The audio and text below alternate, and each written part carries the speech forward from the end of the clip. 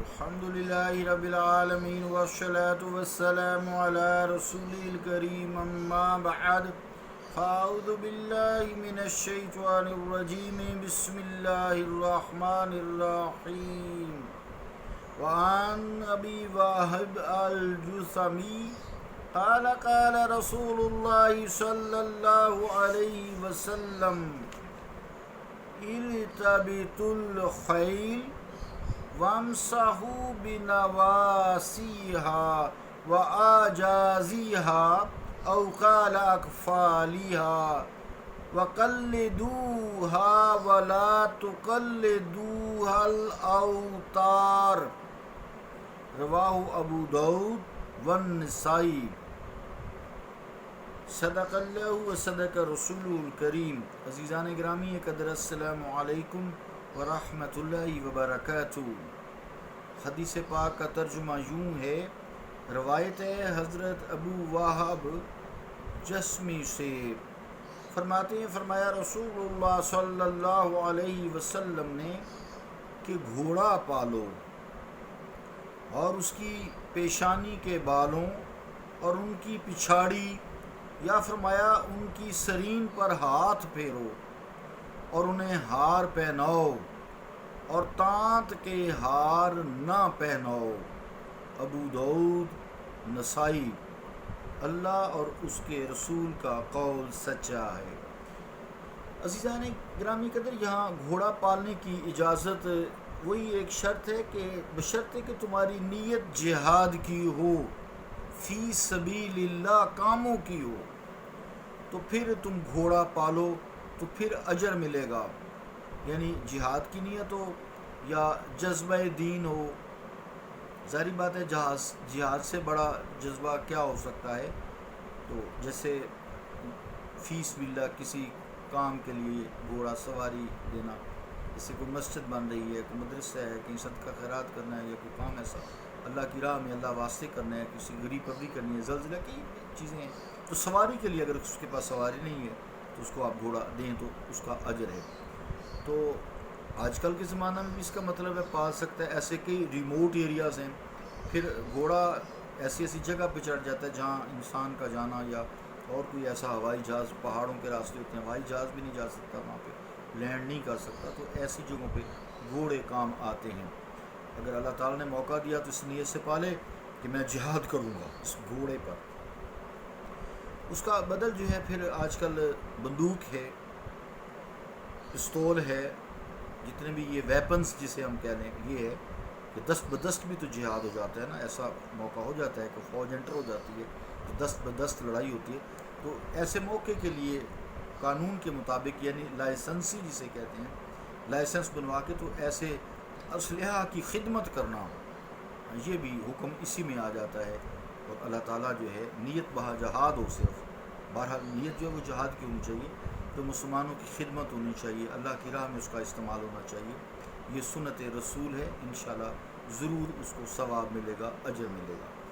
حدیث پاک میں لفظ ہے آجازیہا، تو آجاز جمع ہے عجز کی، اس کا مطلب ہوتا ہے پچھلا حصہ گھوڑے کا، جیسے پچھلا حصہ بٹ ہوتا ہے بندوق کا، ہینڈل جو اس نے یا ٹریگر، جتنے بھی چیزیں آپ کہہ سکتے ہیں۔ اگر یعنی اللہ تعالیٰ نے کبھی موقع دیا، میگزین پیچھے پڑتی ہے اس کے، موقع دیا جہاد میں، تو گھوڑے کی اگر لیں تو مسلمانوں کی میں خدمت کروں گا۔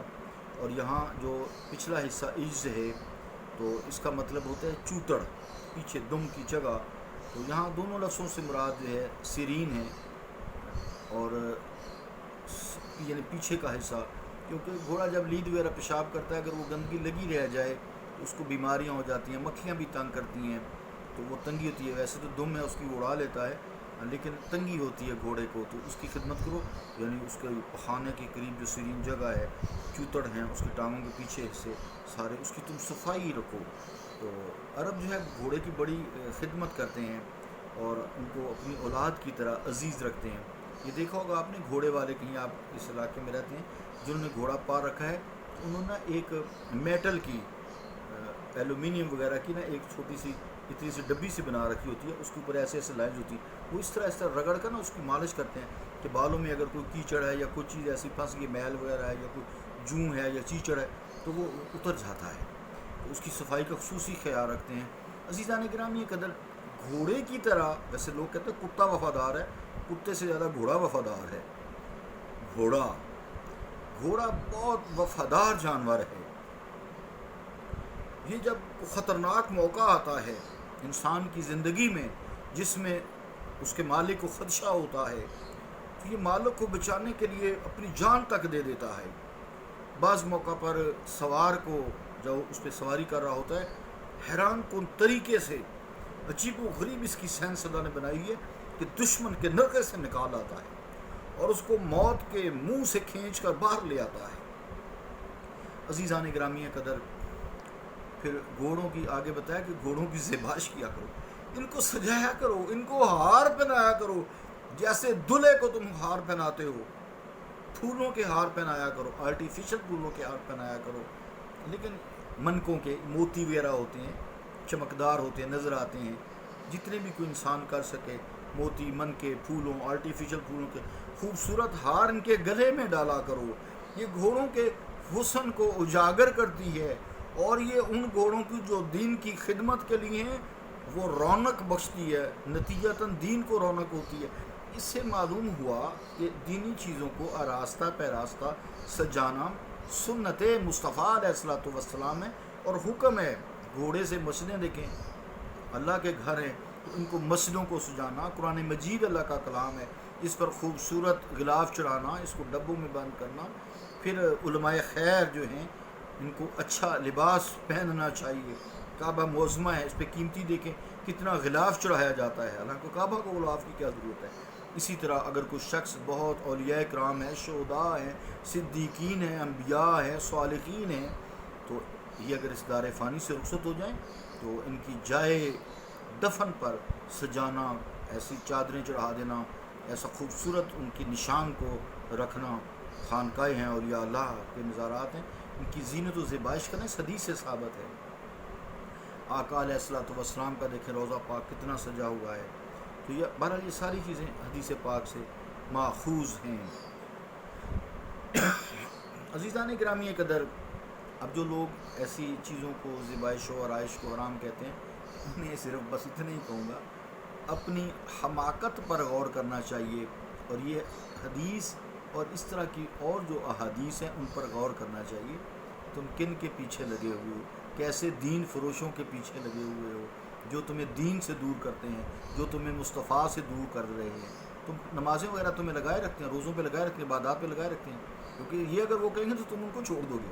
بس وہ طریقے سے چالیں چلتے ہیں تاکہ مصطفیٰ کریم علیہ الصلوۃ والسلام کی احادیث مبارکہ، قرآن مجید یا اس طرح کی چیزوں سے جس میں محبت چھلکتی ہے، دنیا میں بھی اور دنیا سے جانے والوں کی بھی، ان کی محبت چھلکتی ہے، ان کے لیے محبت چھلکتی ہے، تو تمہیں ان سے دور کر دیا جائے تاکہ تم دین پر وہ استقامت نہ پیدا کر سکو، اور نتیجتاً جو کفار ہیں ان کو پھر فائدہ ہوتا ہے، اللہ معاف فرمائے۔